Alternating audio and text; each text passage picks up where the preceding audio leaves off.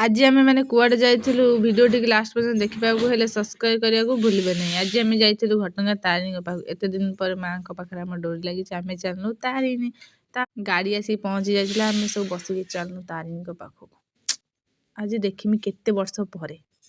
ତାପରେ ଆମର train line ଆସିଯାଇଥିଲା। Train line ପାଣି କରିସାରିଲା ପରେ ଆମ ଝିଅକୁ ବାନ୍ତି ହେଇଥିଲା, ତାକୁ ଔଷଧ କିଣିକି ଦେଇଥିଲୁ। ତାପରେ ଆମେ ଖାଇ ଦେଇଥିଲୁ ଟିକେ ଆଇସ୍କ୍ରିମ୍।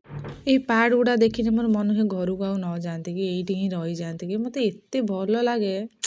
ଗପୁ ଗପୁ କେତେଟା ଆସିକି ଆମେ ମାଆଙ୍କ ପାଖରେ ପହଞ୍ଚି ଯାଇଥିଲୁ। ଗାଡ଼ି ପାର୍କ କରିସାରି ଆମେ ଏଇଠି ଭୋଗରାଗ ସବୁ କିଣି ଦେଇଥିଲୁ। ଭୋଗ ସବୁ କିଣି ସାରି ଆମେ ଚାଲୁ ମାଆଙ୍କ ପାଖକୁ। ଯେହେତୁ ମାଆଙ୍କ ପାଖକୁ ମୋବାଇଲ ନେଇକି ଯିବା ମନା, ସେଥିପାଇଁ ଆମେ ମୋବାଇଲ ରଖିଦେଇ ଯାଇଥିଲୁ। ଭୋଗରାଗ କରିକି ଆସିକିନି ମୋବାଇଲ ଆଣିକି ଆମେ ସବୁ ଟିକେ ଫଟୋ ଉଠେଇଥିଲୁ। ଫଟୋ ଉଠେଇ ଟିକେ ଭିଡ଼ିଓ କରିଥିଲୁ।